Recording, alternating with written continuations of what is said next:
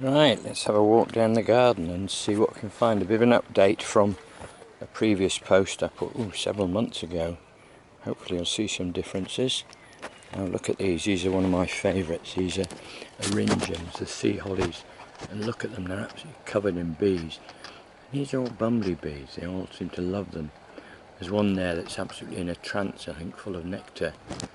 1, 2, 3, 4, 5. 5 on that plant. Here's another one, silvery one, possibly Miss Wilmot. And then there's these, which are new to the garden this year, Verbascums. Again, chosen for their insect support. As you can see, lots and lots of bumblebees all over there. 1, 2, 3, 4, 5, 6, 7. 7 on that one. Seem to be more favoured than the silver ones. Right, let's have a walk a bit further down. Past the fruit tree, mixed fruit crop. Some early frosts took some of the fruit off, but still we've got some nice apples developing. This is the overspill area. Celery. I'll have to get that blanching soon, and we'll be having our own celery. Then there's various squashes. There's a courgette there. Yeah, there's at least one ready to pick. They come thick and fast at this time of year. Never quite know what to do with them all. Stuff waiting for stuff to be cleared in the allotment. And then when there's a bit of space, we'll be getting all these cabbages in. Overflow of tomatoes. This is so much I haven't got space for, growing in tubs. These are interesting. These are freebies. These ones, when you pick out the side shoots on tomatoes, they're so lively that if you stick them in a bit of compost, they'll root in no time at all. So there's some free tomato plants. Right, come on with me now. Here we go. It's just as well I'm going indoors because it's just started to rain. Here's the greenhouse. Slightly different from previous time you saw it. There we are. Raindrops. One of my soak trays. Right, here we go. As you can see, tomatoes are starting to ripen. I have picked one or two. The first one gets eaten in the greenhouse. It's such a treat. First warm homegrown tomato of the year. Always wonderful. This is an interesting one. It's from seed that I picked up in Australia. It's something called Granny's Throwing. I don't know what that tells us about Australian grannies.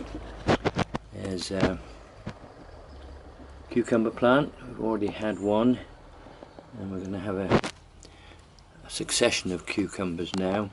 And I have to say, I did a taste test with the remains of a shop bought one and the first homegrown one, and there's absolutely no competition at all. Interesting style of growing tomatoes this year. This is ring culture.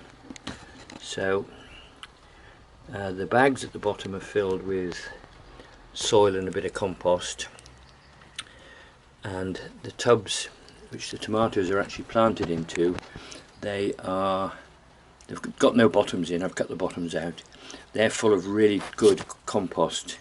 So what happens is the tomatoes develop two sets of roots, one lot which sort of go along into this base here where I water and they pick up the water here, and then another set of roots which is then used for feeding. So when they get their regular feeds, that's where the feed goes and the plain water goes in there.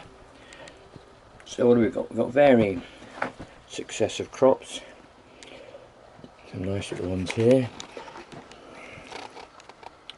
Once they get to about 3 or 4 trusses, I take the top out, and then they concentrate on putting all their growing effort into the tomatoes. Here we go. There's a few which I hadn't got grow bags for, so they're just growing in ordinary big pots.